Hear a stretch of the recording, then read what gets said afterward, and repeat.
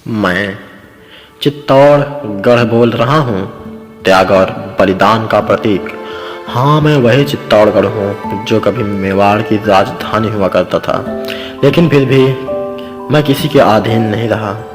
मैं आज भी भक्ति, शक्ति, शौर्य, त्याग और बलिदान के रूप में जाना जाता हूँ। मैं वही हूँ जहाँ महाराणा प्रताप जैसे सूरवीर योद्धा के कदमों की चाप सुनाई देती थी, जिसके लिए भक्त मीरा ने कृष्ण भक्ति की और रानी पद्मिनी ने अपनी लाज बचाने के लिए जौहर किया।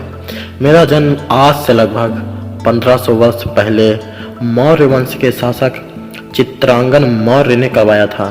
उस समय मेरा नाम चित्रकूट था, लेकिन जब खिलजी का पुत्र हिजर खां ने मुझ पर आक्रमण करके मुझ पर शासन किया, तब मेरा नाम हिजामाबाद रख दिया गया।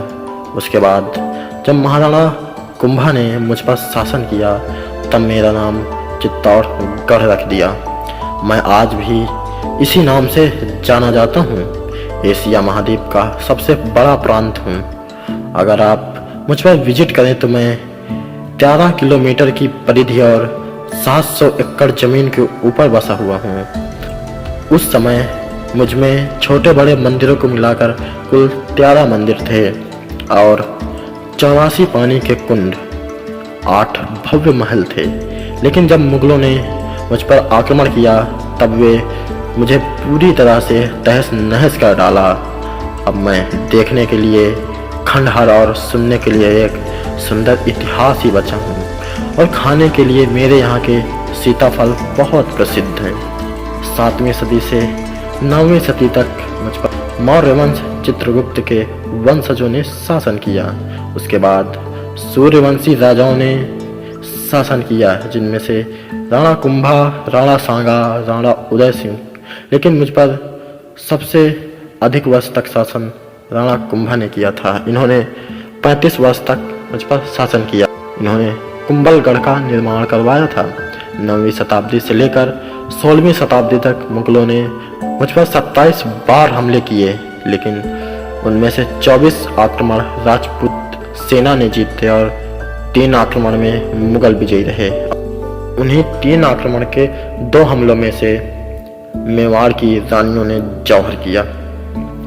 अगर आप मुझे कभी देखने आए तो मेरे किले में जाने के लिए 7 दरवाजे हैं, जिनके नाम पारन पोल, भैरव पोल, हनुमान पोल, गणेश पोल, लक्ष्मण पोल, जोड़न पोल और श्री राम पोल। ये 7 दरवाजे हैं। इनका निर्माण राणा कुंभा ने करवाया था। जो मुख्य दरवाजा है वो युद्ध के मैदान की तरफ है, जिसको सूरज पोल के नाम से जाना जाता है। जब आप किले की चढ़ाई पूरी कर लेंगे तो आपके सामने एक कुंभा महल देखने को मिलेगा, जिसमें राणा कुंभा रहा करते थे। उसी में राणा उदय सिंह का जन्म हुआ था, और वहीं माँ पन्नादाई ने अपने पुत्र चंदन का बलिदान भी दिया था। अपने पुत्र के बलिदान को व्यर्थ नहीं जाने दिया, और राणा उदय सिंह को वहां से सुरक्षित लेकर कुंभलगढ़ पहुंच गई थी।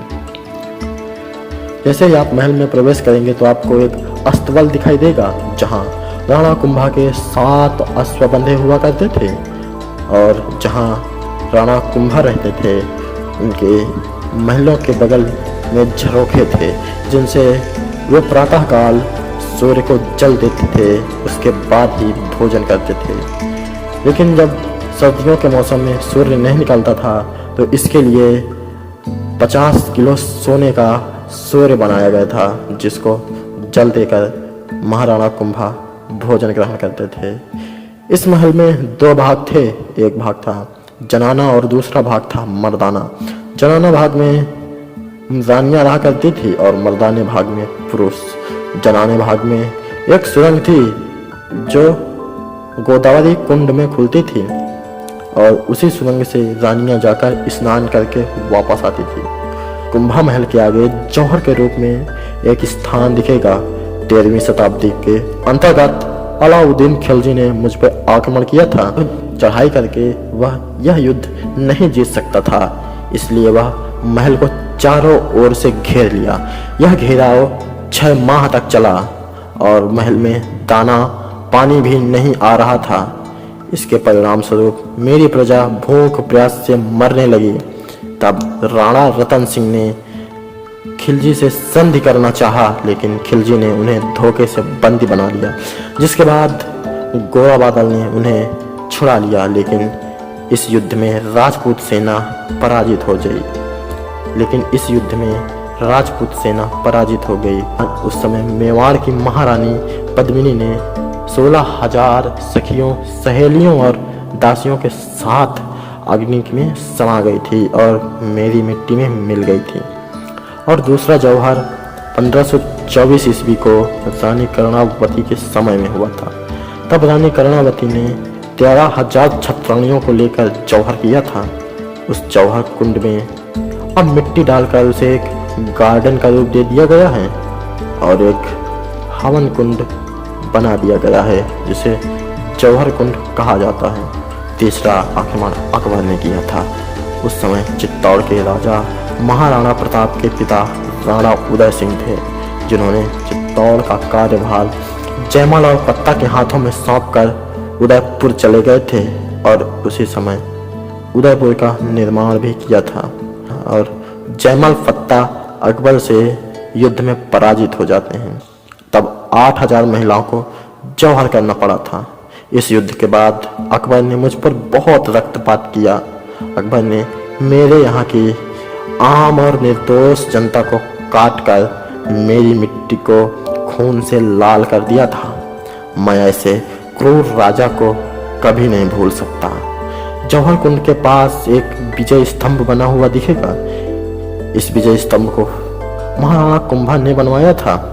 जब वे गुजरात और मालवा को जीत लिया था, तो इसी खुशी में उन्होंने विजय स्तंभ का निर्माण करवाया था।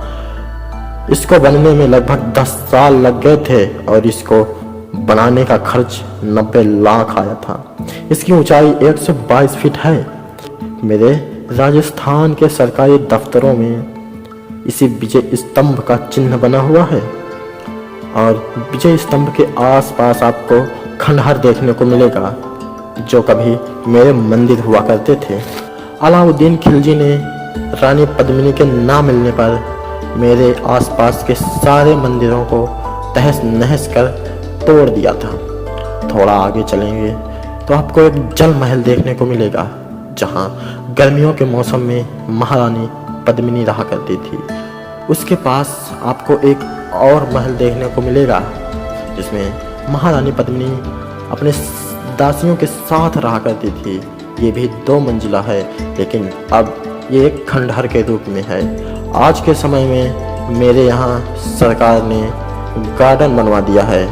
थोड़ा आगे चलेंगे तो आपको एक भीम कुंड देखने को मिलेगा। ऐसा माना जाता है कि राजा महाराजाओं के शासनकाल से भी पहले यहाँ पांडव आए थे और इस जगह भीम ने अपने पैर से पानी निकाल दिया था, इसलिए इस जगह को भीम कुंड के नाम से जाना जाता है। थोड़ा आगे चलेंगे तो आपको सूरज पोल देखने को मिलेगा, जो महल का अंतिम द्वार है, जिसमें भी 7 दरवाजे हैं।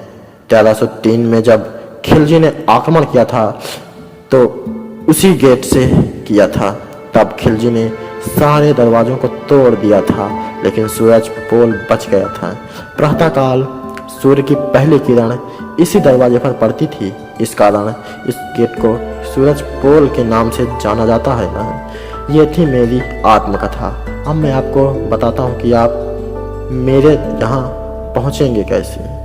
तो आप सीधे ट्रेन से भी मेरे यहाँ आ सकते हैं, क्योंकि चित्तौड़गढ़ खुद में ही एक रेलवे स्टेशन है, और आप सड़क मार्ग से भी आ सकते हैं।